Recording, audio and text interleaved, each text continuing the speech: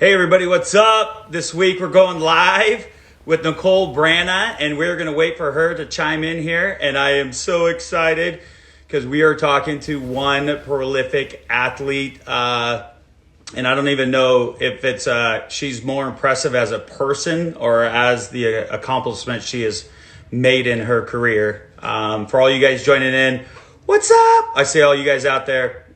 All right. Before Nicole gets in, if you guys have any questions for her too while we're live, let us know because I'm going to be watching the monitor too on when she jumps in. So I'll be able to ask you guys a question on the spot. If you guys have anything for her or want to hear anything about her stories, she's an incredible person with an absolutely insane career to date. I don't think there's any signs of slowing down either with her. So this one's going to be exciting. I'm excited for it.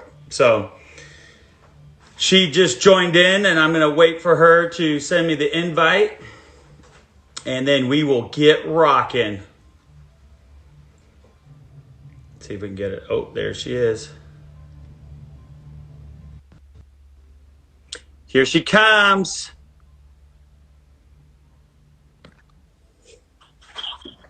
Hello. There you are. How's it going? It's going fantastic. How are you?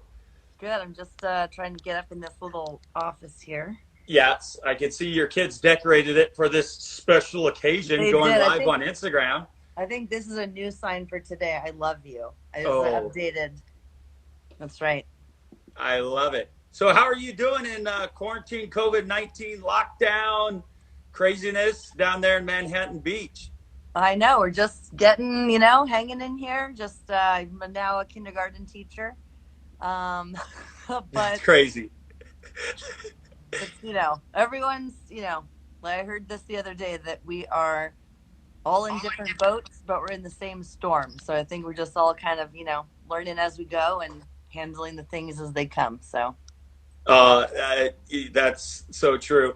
Hey, okay, so I kind of shared with everybody before you came on a little bit about you. I can't thank you enough for coming on and going live with me. I was telling our viewers, I don't know what's more impressive, your career or you as a person. You have such good energy and infectious energy. So this is going to be awesome for a lot of our athletes that are going to be chiming in and are going to watch this and just learn from your experiences and the knowledge that you have. And so I'm excited. We got a ton of questions though. So yes, so they're all over the place with the questions and everything. So it's going to be good. My phone keeps slipping. Sorry, I'm trying to keep it here, but these, there we go. It's okay. When you get cool like me, you'll have your own little selfie light and your own little stand. Yeah, maybe Katie gave you that. Yeah, Katie. Hey, okay. Well, so, hey, Nicole, do us a favor. A lot of people know of you, but can you kind of just walk us through your career to date? Like when you started, what got you into volleyball, and then just the awesome stuff that you've done all in between and where you're at now. Yeah, I'd love to. So I started, as a young kid, I loved playing all sports. I played, I think my parents always said, like, when I was 3, I started dribbling a basketball, which basketball is my dad's favorite sport. So that makes sense. And, I think, like, what we try to do now is try to give our kids experiences in softball, soccer, basketball, volleyball, whatever it is. I played, like, after school club in junior high, and we didn't have club volleyball. I think club volleyball kind of started around that time. I'm very young, but I think that's when kind of club volleyball was starting. So I played 3 sports in high school: basketball, volleyball, and track and field. Yep. And I loved all of them. I thought they all complemented each other well, with kind of similar, like, parity amongst them. But then I was using different muscles, each season, which I feel really helped me with, avoiding injuries and kind of keeping a well-balanced, like, sports body, I guess I want to say, or whatever it is. Absolutely. So, and then I was recruited for all 3 actually out of high school, but I chose to play volleyball at University of Minnesota. Was that a tough decision, Nicole? Did the sport choose you? Like, were you just naturally better at one? I think like, and I still say that basketball was my best sport, Mm-hmm. but I think I was at that time kind of burnt out of it. And volleyball, I loved volleyball. I loved Right. basketball too. There's just something about it. Like, I went on that recruiting trip to Minnesota, and I had that, kind of like, hate to say it, but had that feeling when I was there. Right. And I was Yep. like, came home. And I think that was like the one trip my parents didn't go on. And I'm like, guess what? I'm going to Minnesota. Yeah. Here we go. So I was going to play basketball my senior year. I talked to the basketball coach about it because I would still shoot around like basketball after volleyball practice, whatever, because I Right. loved it. Um, And then after that, after my senior season, I actually left to join the indoor national team. So I played on the USA national team for about 3 years. And in the off season, I would play overseas professional in Japan, and I also played in Italy. And then we had a pro team in the US for a year. So I played in Minnesota, in Rochester. They had 4 cities in the Midwest Right. that we just played each other 1,000 times. But Over and over again. yeah, over and over again. And then, I wanted to be in the Olympics. I always growing up well, actually, no, not for some reason, but I still have this little USA pin with the Olympic rings on it. I keep it in my car as a reminder. But when I was younger, I did swim team, and I'll never forget. Again, I'm very young, so this person, Matt Biondi, which was like the Michael Phelps of the time, Right. was a great swimmer, and he was from Moraga, where another friend of yours is from. Yep. And I think he was coached by our swim coach. But anyway, after the Olympics, he came back to our team and talked to everyone. And he brought those Olympic pins for like every member of the team. And I'll never forget that day. I think I was like 6 or 7, getting that pin and just hearing what he had to say about the Olympics and just getting those, like, the chills. Like, you just have Right. chills hearing about Exactly. that Yep. experience. And so I always, ever since that day, I'd always thought, like, oh, it'd be so cool to be an Olympian and just do something you love and all that. So I was going for that on the indoor national team, and I felt I gave everything I could to try to make that happen and, work hard and do all the things the coach asked me to and all that. And it just didn't work out. So I played indoor in Italy one more season. Then I went back home to the Bay Area. I'm from Northern California. Mm-hmm. And I started working for my dad in construction in the office. And I liked it, but I was just like, oh man, this is, You're not volleyball. done yet. Yeah. Yeah. Yeah, there was just something. So a friend of mine convinced me on AOL Instant Messenger. You just dated it. You just dated yourself. That's right. It's very hip nowadays. It's coming back. Right. Um, Right. to come down to LA and like try beach volleyball. I'm like, I don't know how to play beach volleyball. I didn't grow up in Northern California, we don't go to the beach on the weekend like it is down here. It's, there's nets everywhere. People are playing volleyball. And so anyway, I had a wild hair and I'm like, all right, I'll come down there and check it out, and loved it.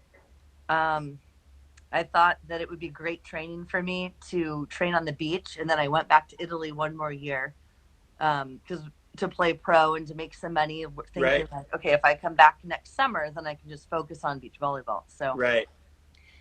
that's what I did. And I ended up having a great, I guess, a rookie year and kind of getting my feet wet in the sand, and Right. got up by one of the top players, Holly McPeak. Yep. And that was, I thought, if someone like she was the top, like, is going to ask me to play, I need to give up the indoor and really give it a chance. Right. And it's tough on the beach because there's no guaranteed money. You're not getting like a salary. It's prize money, and people have sponsors and things like that. But you're really like betting on yourself. You just, Right. and that's what I say to people that are coming out on the beach. It's like, you need to figure out what you're willing to invest. And Right. that's like anything. I think any sport. What you're willing to invest in yourself. Uh-oh. It's okay. Nope. This is live. That's why we love it. Little person coming. Oh, Kim, say hi. Oh, I'm on my phone. Can we, Say hi real quick. oh, hey, buddy. All right. He has his helmet on in the house. I love it. Well, Don't even worry about it. We love it. Oh man. Hey, buddy. Okay. Ah, Will, you gotta go outside. Hold on It's one okay, second. Nicole. You Hold got on, hold time. on. This is called make an adjustment.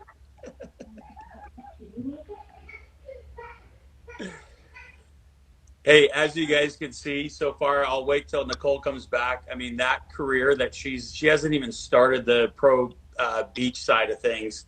Um, if someone would just have that career right there, what she just explained would be insane, like the travel and all that stuff.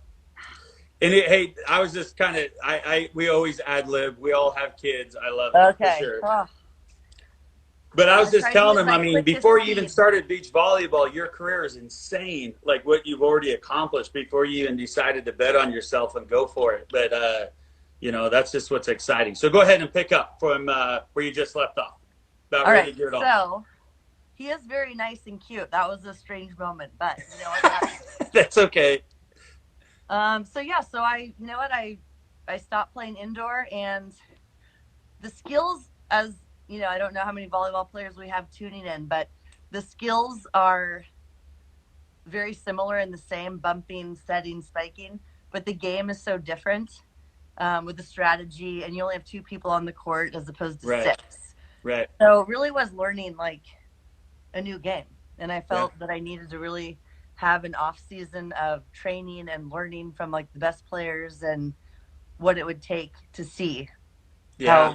how it would do. So yeah, I mean, Holly gave me my chance. Like she really, I learned so much from her, and I'm thankful for that, time and learning from her and everything. So after that, I played after that with Elaine Youngs, and I think we partnered up in the like end of 2006 summer, and then we played in the Olympics together in 2008.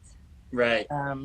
And then a year again after that, and then after that, I played with Misty May a year, Carrie Walsh, and had some other partners in the mix too. But I mean, I will say I'm very fortunate to have played with like the best players and Oh, to be around them and learning, about training and mentally, what it takes and just all that stuff. So oh my gosh.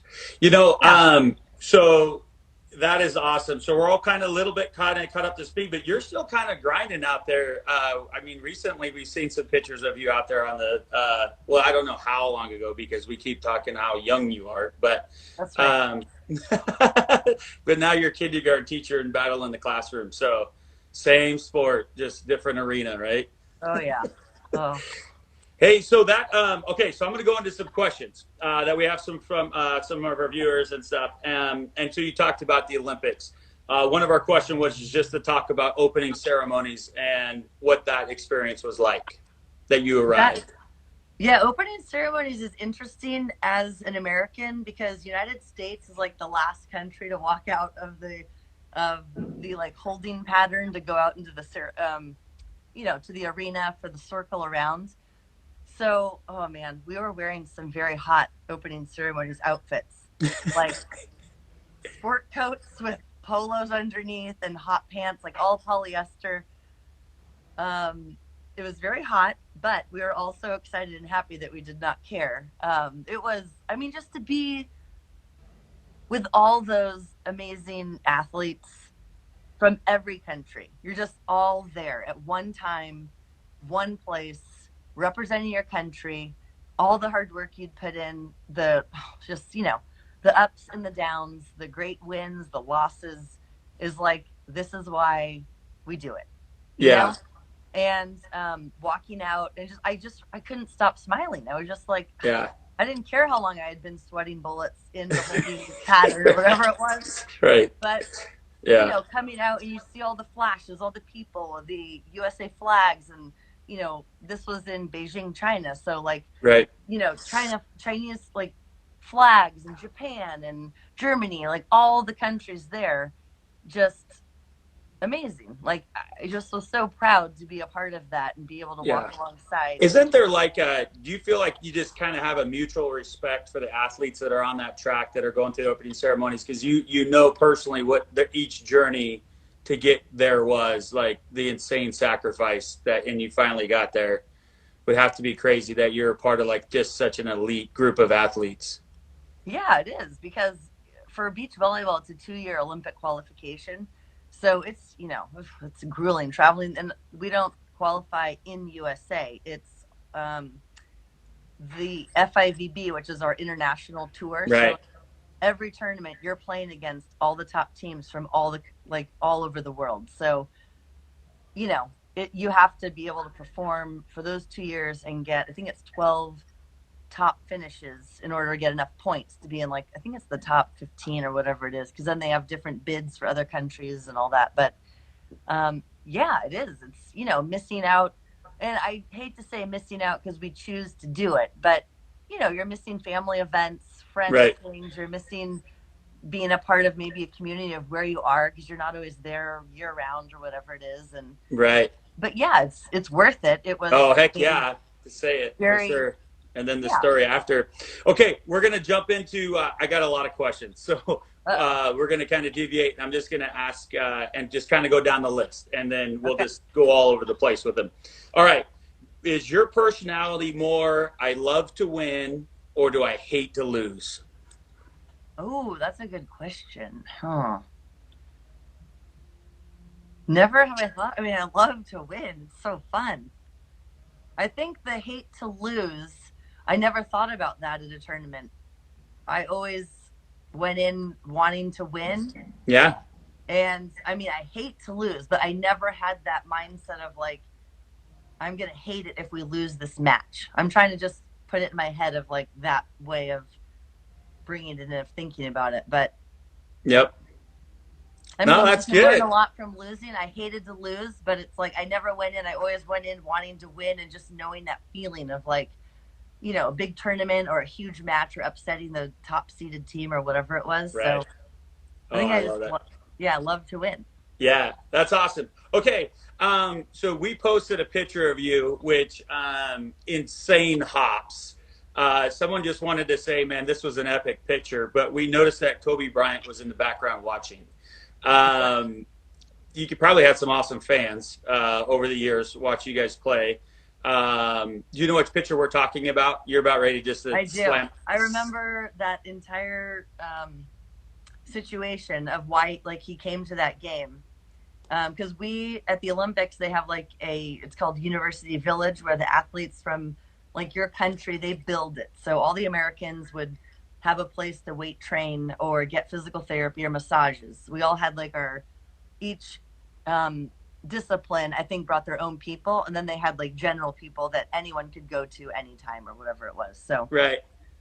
we would go to lift weights on our off day, and he happened to be in the gym at the same time as us. It was just the three of us sometimes, and we would just, like, again, like I said, that Olympic feeling. You're all teammates. Like, Right.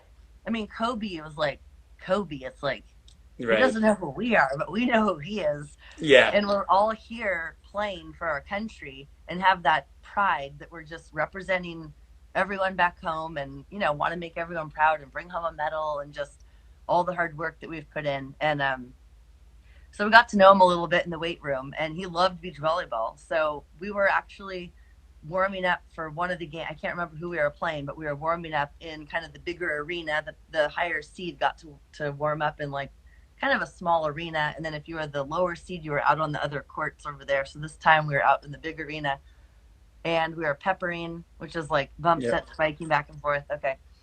And all these security guards walk in, and I'm like, my teammate Ewa had been to 2 other Olympics, and this was my first Olympics. So I looked at her like, oh gosh, what did I do? Like, am I wearing the wrong, like, did I wear the wrong uniform? Are we in trouble here? Because it's very strict on the, uniform and all that.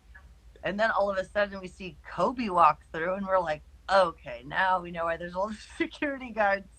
Yep. But he was just coming to wish us good luck before a match, and he was excited to watch us play. And that's awesome. We were just like, oh my gosh, that's amazing. Oh, that's just so cool. It was very cool, yeah. Okay, next question. Your biggest motivator. And it might have changed over the years, but let's talk about like just growing up. Who was your biggest motivator? Oh, I always felt like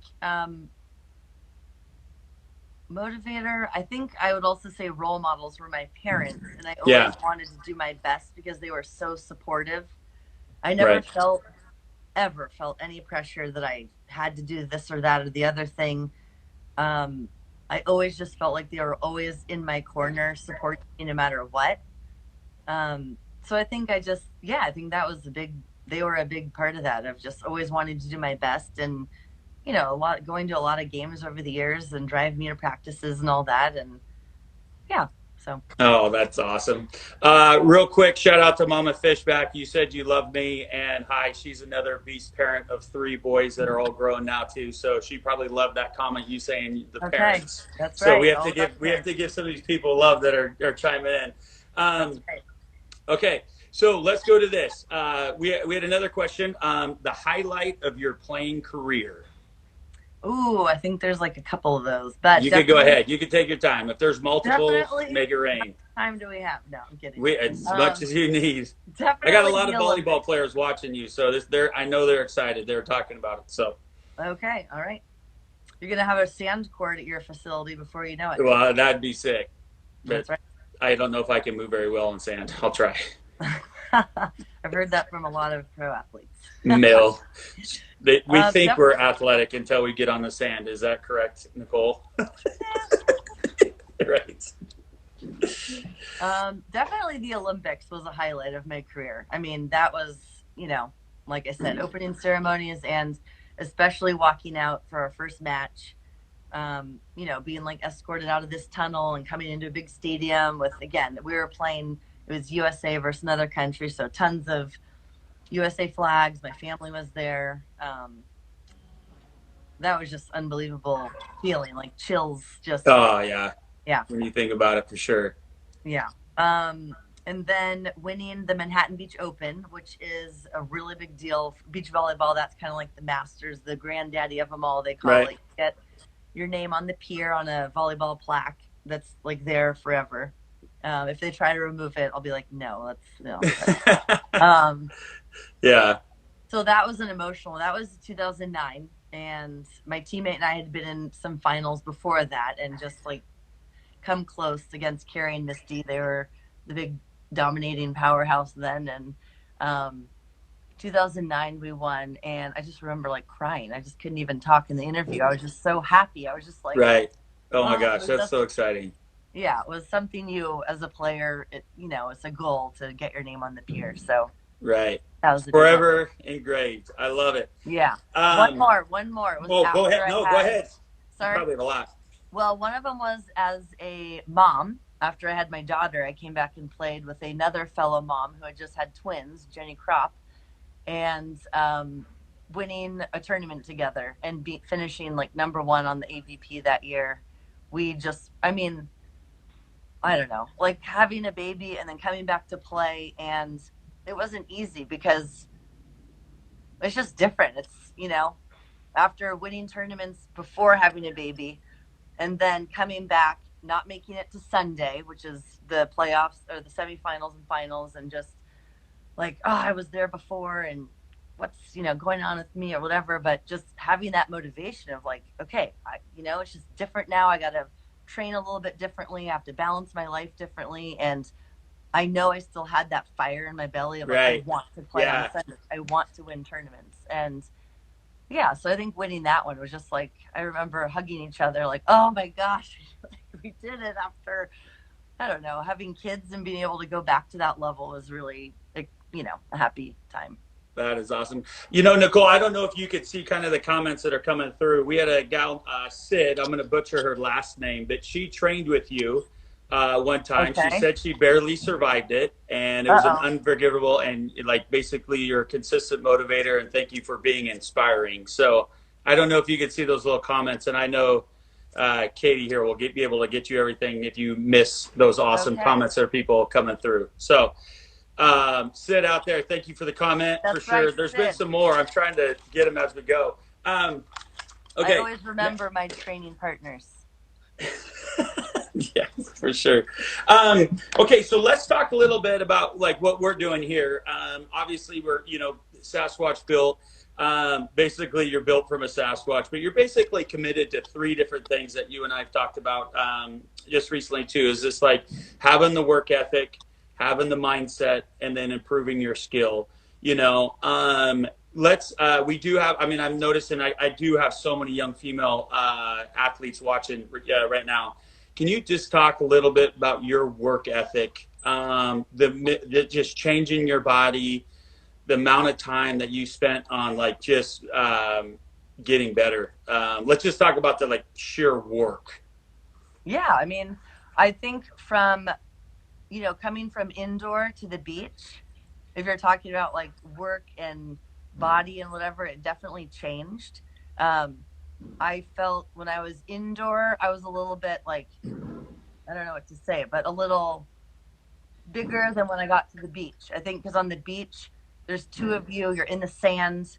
And sometimes I would wonder, like, am I as strong? Am I hitting the ball as hard as I did when I played indoor? Or, things like that. And I was still strong. I got a little bit leaner on the sand, I think, because just the game is different and the training. Like I said, like there's only two of us. So if my partner shanks the ball way over there, I mean, I'm the only one who can go get it. There's no one else that can get it. So Right, right, I just, I wasn't lifting as heavy as I was indoor. And I don't really know. I'm not a, strength coach or anything. So I don't know the differences with all that. But I felt the same strength as I had indoor. right, And I felt good and fast on the sands. And I always tried to find people that were the best at what they did, like a strength coach or physical therapist, because I'm not those people. I can go right, out and perform. And I always liked to have somebody, like after a long practice, um, to eat lunch, take a break or whatever, and then go to my strength coach and be like, okay, they're the experts. I'm going to do whatever they say because I trust them. I know that they know what they're doing and they have my best interest and they want me to be the best I can. And I'm going to come here and give 150%, even if I don't want to and I'm exhausted. right, And just know that this is the team I'm creating to be the best that I can. And it doesn't mean that we're always going to agree on everything or be like, oh, that's right, really a strange exercise or whatever. But right, you know what? That's why I have this person on my team, and I'm going to right, trust that they know what they're doing, and that I'm right. going to be able to elevate my game in each of those areas to be a better player when I step out for a tournament or practice or whatever it was. Yeah, and so that, yeah, and then with that leads into this next question here from someone that chimed in. They want to know your diet going into a competition because we know how grueling that probably is. Competition weekend on the sand. Yes, funny. When EY and I, which was Elaine Young's, the EY is what people Yep. know her by, we were in 2009. We had a good year. We won 9 tournaments out of 13, I think it was. And we always had the same meal every Friday night. And it's not like it wasn't any kind of big pasta feed or secret recipe. It was a special salad from this restaurant that we liked. Yeah. And it had chicken on it, rice. It was just like, I don't know. There's something about it. It was probably superstition too. Oh, Um, absolutely. but it was, a good meal with chicken, some vegetables, some rice, and hummus probably. Um, so that year, I just remember that sticks out. But I think, I just, over the years, I feel better when I'm eating clean. Like Right. I sleep better, I recover better. Even now, I'm retired now, and there are times of the year where I do kind of a purification of, okay, I've been eating chips and popcorn and whatever it is, and I just need to like take a break and reset everything. And it's like I get up and have energy in the morning. I have energy with my kids. I don't feel, I don't know, inflammation in my body. It's just interesting Right. over the years as an athlete, trying different things and working with nutritionists and things like that. So I think it's different for everyone, but I think you need to kind of figure out, when do I feel my best? What kinds of foods am I eating? And I feel I have energy. I have, I can wake up in the morning. I'm not groggy and hungry. Like I used to wake up hungry every morning, but like when I'm kind of like purified and taking out a lot of those allergens and things and eating like that, I wake up and I'm not, I feel good. I'm ready to start the day. And like, okay, what are we doing? Let's go. Let's go. Yeah, dude, I love it. Yeah. Oh my gosh, that's so much. That's so gold right there for all my little athletes that are listening who want to just drink Dutch Bros and Sour Patch Kids I do on not drink game day. soda. I will say that I do not drink soda. Um, Good. I had a little bit of a like during my career, I would cramp here and there, and I really had to get that under control. And I don't really know why, like what it was that was going on, but then I started eliminating things like caffeine or yeah, I don't know. I didn't drink that much coffee, but I know I was very careful with like if I drink this and I have to drink like 3 glasses of water because I drink that, why would I bother? Like, Right. why get behind the ball on that? And especially if I was like cramping up or whatever it was. And sometimes, you know, we do play 3 or 4 games in a day in the sand and it's hot outside and humid. It's a lot, but those Yep. things you really have to think about. What am I putting in my body to Yep. hydrate and to be able to perform and show up for that next match and be able to, you know, have a consistent play the whole tournament? Yeah, for sure. Okay, I hope my girls were listening to that one. All right, We're so hey, watching let's you. go into mindset. Yeah, let's go into mindset. Because you do have a mindset story that I'm going to make you share because it's another one that is pure gold. Talking about the calf cramp, but not from you, from your Oh, yeah. partner, and then you had to rise to the occasion. That was your aha moment. But you know, one thing, Nicole, we're just on a mission to build confidence in our young athletes. It just is what it is. They grew up a lot of different distractions than we grew up.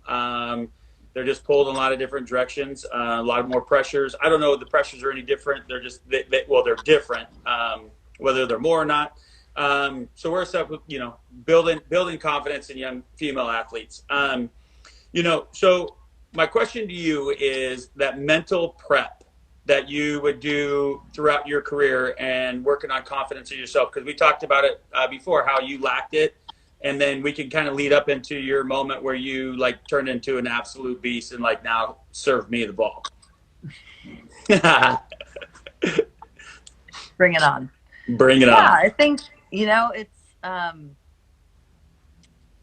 I struggled with confidence. I think, I mean, throughout my career too. And I remember coming out, I played with players that had been on tour for a long time. They were veterans. Like I said, Holly was like a top player, EY top player. They were amazing players. So, I mean, you know, a little bit intimidating and a little bit like, oh my gosh, wow, they picked me. Okay, they must believe in me. Of course, I can believe in me. But I think there's times when we have those feelings or whatever. Like, if you're going to be able to rise to the occasion, and they have some certain expectations on you too, and you're like, okay, I gotta, you know, like this is the time. It's like, well, it's a go time. So I remember when I was playing with EY in Manhattan Beach, it was the finals against Carrie and Misty. And I meant to look up what year it was, but it was before 2009. I don't, maybe '08 or '07. And it was, we won the first set. And then the second set, we were down like a few points and they were beating us. In beach volleyball, we play, for people who don't know that are not volleyball players, best 2 out of 3. And the first 2 sets are to 21 and the third set's to 15. So we were halfway through the second game and EY, my partner, like pulled her calf, just started cramping up like crazy. Like she fell to the ground. And EY, if anyone knows her, that like, no, EY is tough as nails. You don't mess with her. That doesn't happen to EY.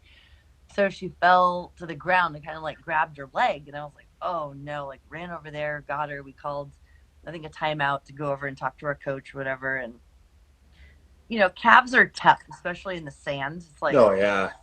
I mean, yeah. So we go to the bench, to the box or whatever. And we're talking and she's like, oh man, oh my gosh. Like, okay, I'll be fine. And we're like, okay, let's forfeit this game because we were down already, and to put the energy into with this injury, which she already had kind of a bad calf. So it was like, it wasn't just a random thing. She had a calf sleeve on. It left that part out already. Yeah. So it was like one of those things where it's not going to get better. So let's see how we can like kind of like give our best. So we forfeited that second game. And then we came out and played the third set. And I just remember packed stadium, Manhattan Beach, the pier behind us. I mean, packed. People just like, you Lined know, up. crazy. Yeah, it Yeah. was sold out, whatever it was. And serving EY some balls, which I usually got every serve. So now they're serving EY because then she has to touch the ball 2 times and move more. So I would go on 2 and score, and we were neck and neck that whole third set. And I just remember whatever happened during that game where I got my moment of like, okay, yes, I can do this. I can carry you when you need it. You don't always have to be the one to like, carry the young rookie or whatever it is, but I got you. Right. And we lost that game. We did end up losing, but I think it was like 16-14. It was close. It was like only by 2 that they beat us. And it was back and forth the whole time. But it was just like after that, even though we lost, it was like so much came out of that game for me with confidence and like, okay, yes, that is me. That is, I know I can play that way. Um, and just for our team too, it was just a really cool time. I mean, not for EY's Cats, but she was Right. fun. Right. But yeah, just to know that like it's possible. This is the Would standard you now. say that kind of mindset though, that switch though, then helped you get into the 2009 just season where you guys just dominated, because now you're at your peak, and that was Yeah, probably a defining moment for you. yeah, I think so. And that was the Olympics. We took 5th. We lost in the quarterfinals to a Chinese team. So when we played them, it was like everyone was for them in the stands, and then my family and EY's. It was You're like right. the Right. only Right. Right. people. But they were a great team too. Very good. They won the bronze medal. So, that was a bummer. We wish we could have met Carrie and Misty like in the finals. Right. But yeah, we actually came back from Beijing in 2008 and won the next tournament a week later. It was a little bit late, but we won that tournament and beat Carrie and Misty. So that was fun. But That's um, awesome. yeah, I think all those moments are adding and building confidence. It doesn't mean that it's going to be perfect and you're always going to be not like take a few steps back along the way, but Yeah. you know that you're able to do that. And so you can draw from that and know, like, yeah, I know that's me. Right Right. now I'm having a doubt, but okay, let's move on. Let's get over it. Whatever it is, let's deal with it and let's get back to that other Yeah, point. and I love that. So we have a young trainer here, Cooper Bruner, who is killing it. He's just a guy that's really taken off in the fitness role, and so he wanted to ask a question too. His biggest thing is like when you start to feel like the doubt creeping in again, and you start listening to the people around you telling you like you can't. Did you have something that where you would like be able to tell yourself to turn it around? Like when you started hearing those little demons doing jumping jacks in your head, trying to like bring you down. Like, did you have a go-to level set and just like get out of here? I got this. Yeah, I mean, I think one thing I would use that I learned from a sports psychologist over the years was if I made an error on the court, I would tend to like hold on to it too long or like let it get me down for the next play. I would flush it. So I would literally do like a toilet flush. That's awesome. Yeah.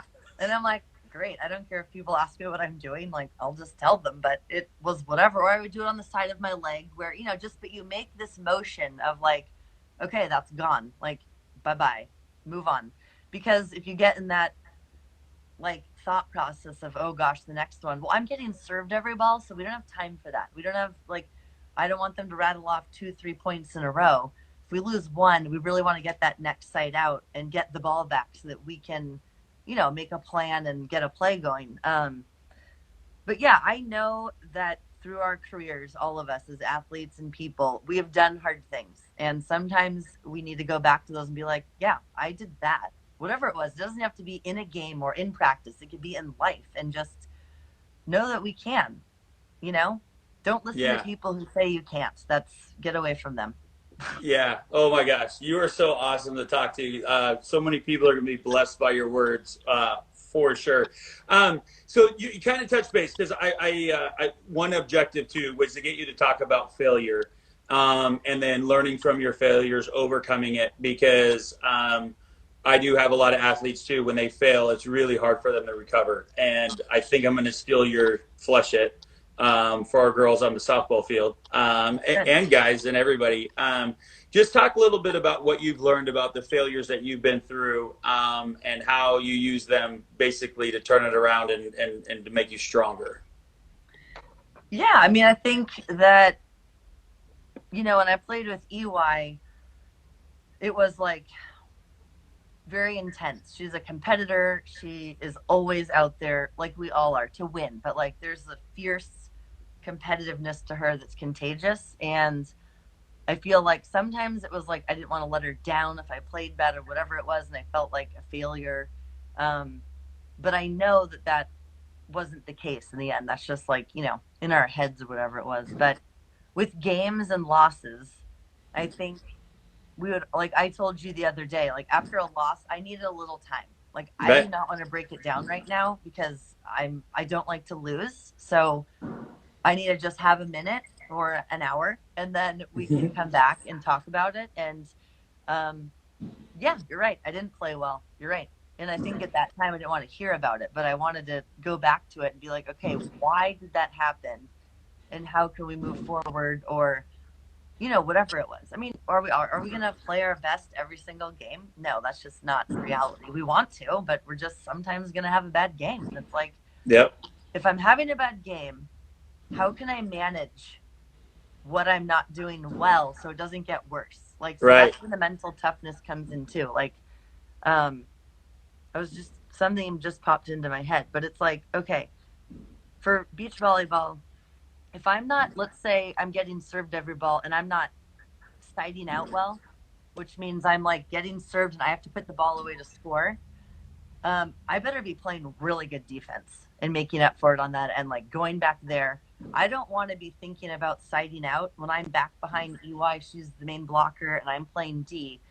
Do not let my bad side out game affect my defense.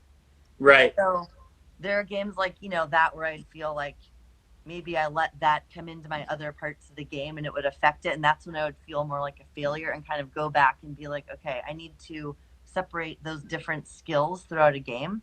Like with any sport, if you're not shooting a 3-pointer well or whatever, let's play good D or whatever it is. But um, I'm Yeah. not, I don't have like a example off the top of my head from a particular one, but I think it's just over my career of those Yep. losses and just, a bad practice here and there. Like, ugh, why did I just waste?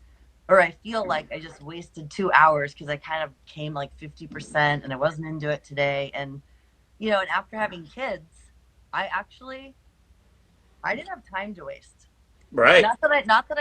Yeah. Not that I had time to waste before I had kids, but it's a different mentality because it's like, okay, my kids have somebody with them now, and I have X amount of hours, 4 hours, 5 hours to come out, get it done, get a quick little break, get my trainer in, go back home, and then I'm on as a mom. Like, Right. um, it was an interesting mind kind of shift with everything. And I don't think it was a conscious thing of when I wasn't a mom, like, oh yeah, if I have bad practice, no big deal. But it was more on my mind after I had kids. Like, okay, if I'm going to be away from my kids, I better get out here and Right. give. Get it done. Yeah, right.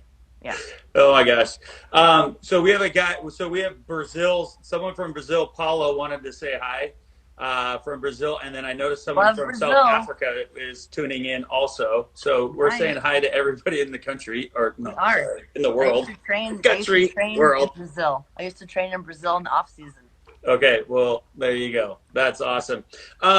Okay, so we'll slowly wrap it up. The one thing is if you were to go back and tell the younger version of you, even though you're already still incredibly young, as we already confirmed that, what would you say to yourself and like to our athletes that we have here? If there's any advice that you've just learned over the years, what would you say to them? I think that first of all, it would be to be open to opportunity and to walking through the door. If it's right for you, like if it's because you're nervous or fearful or scared that it might not turn out, um, give yourself a chance and walk through it. Even if you maybe aren't confident that you can do it or whatever it is, just go and see if you can. Because if you don't, how will you ever know? And that kind of ties into, I have a quote that I loved, which is by George Hallis, I think it is. And it's, nobody who ever gave his best regretted it. And I will say in my career that I know I said earlier with indoor volleyball, I didn't make it to the Olympics, but I left on my own terms. And I remember the day when I'm like, I need to move on. And it was because I felt that I have done everything the coach asked me to do. I've done every hard practice I can do, lifting, whatever it was. I gave everything I could. And I did not regret going in there and saying, thank you for this amazing opportunity. But I need to move on. And Right. just knowing that you gave your ultimate best at whatever it is you choose, whether it's sports or design or music or academics, whatever it is, just knowing that you left it all out there and you don't have any regrets. Oh my gosh, I love that. Hey Nicole, is there any do you have anybody that you need to get a shout out to or say what's up or promote or anything? The old neighborhood. I just saw my sister logged in, so I'm going to say hi to her. What's up? And your Three sister's name stone birds. is? 3 stone birds. Look out. Oh, I like that. And That's a cool I would name. like to my neighborhood. Very nice, my family. I don't know if my parents have Instagram. I don't think so. Well, we can show them the video. We'll give them the video. We'll figure it That's out right. somehow. Okay, we will. Yeah. Get them on And some YouTube or people something. from the neighborhood have chimed in, and some of my faithful friends who have always supported me over the years, waking up at 6 a.m. to come down to the matches when we have to play at 8 a.m. or whatever it was. And right there, Dobby Ray Mullen, Gary Ray and Misty. Hello. That's awesome. So Yeah, you know what? I mean, it's really cool to. You just talk about the support you had, and we talk about that a lot. Is really leaning on your little circle of people that you put on your team, your personal team that has your back, and then you feel like you can conquer all. And then we also talk about how you can be that support for your teammate or the people that are around you, also, and being that person that you feel supported by, and what characteristics that have. So, man, everything you said, Nicole, is so awesome. I can't thank you enough for coming on the Sasquatch Built. Are we a show? I don't know. yeah, We are. We're something. This is like #1 trending show now. Now, it is. We're going to go viral probably. Yeah. Because you're so awesome. One more tip to your young athletes or any age is to be coachable. So that doesn't mean that you're just like, okay, whatever that person says, I'm doing it. But I also am a coach. So be open to hearing what the person wants to teach you. It doesn't mean that it's always going to work for you or whatever, but don't just say, no, someone else taught me that, or no, someone else taught me to do it this way. I think that we can learn a lot. And over my career, I had different coaches. I had one amazing coach through the Olympics, Liz Massakayan, who is amazing. And then I had other amazing coaches as well after that. And they all are different. So I think that as an athlete, you can learn different things from different people. It might not always work for you, what they're saying, but at least try it and see. Sometimes, like I said, my trainer would say, okay, you're going to lift barefoot. And I was like, no, I'm not. No, I'm going to drop a weight on my foot and then I have a broken toe. That's not going to be good. But he had a reason for it. And like I said, he was an expert and I tried it. And it was like, okay, I see what you're saying. I see the results of trying that and trusting it. So just be open to hearing what people have to say before you just shut it down. Oh, it's so true. And it's like there's a lot of natural tendency in a lot of us not to listen because we just don't want to be told what to do. And as soon as they can figure it out that there's people that do care about you, want to see you better, and have your best interests, and you build that trust with the coach. As a coach, I want to earn that trust with my athletes so they can man, I do trust, yeah, that is what's best for me, for sure. But hey, Nicole, here's the deal. Thank you for your time. This is going to probably be part 1 of part 7 series because I know we didn't even tap a lot of stuff we talked about last time. But I appreciate all your time and energy and effort and support and all that fun stuff and your words of wisdom. And it's going to be so awesome for our kids to watch this and all that stuff. But we're gonna do this again. We'll do a round 2 down the road. Okay. Well, and we got to meet your daughter. We already met your son. Now we're going to have to meet your daughter. I know. That's right. We'll save her for number 2. Okay. I love what you're doing, though. Thanks for having me and, considering me to be on your show. And you're motto of the Sasquatch. I love it. It's just like to do whatever you can to be a well-balanced athlete, of giving your all at the top level, coming in there and mentally and just all around balance. So thanks Awesome. for Well, having thank me you in. for the love, for sure. Yeah, Okay, everybody who chimed in and everything like that, we appreciate you. Thanks that's for all the right. Carly. questions. Yeah, Carly from Michigan, #1 fan right there. Miller CG3. Look out for her. beast. The All right. volleyball player. Uh-oh. Okay, we'll see you All later. right. Thanks Thanks, a Nicole. lot. Bye, Bye. guys. Okay, I'm going to mess it up, so you're going to have to press it. Okay.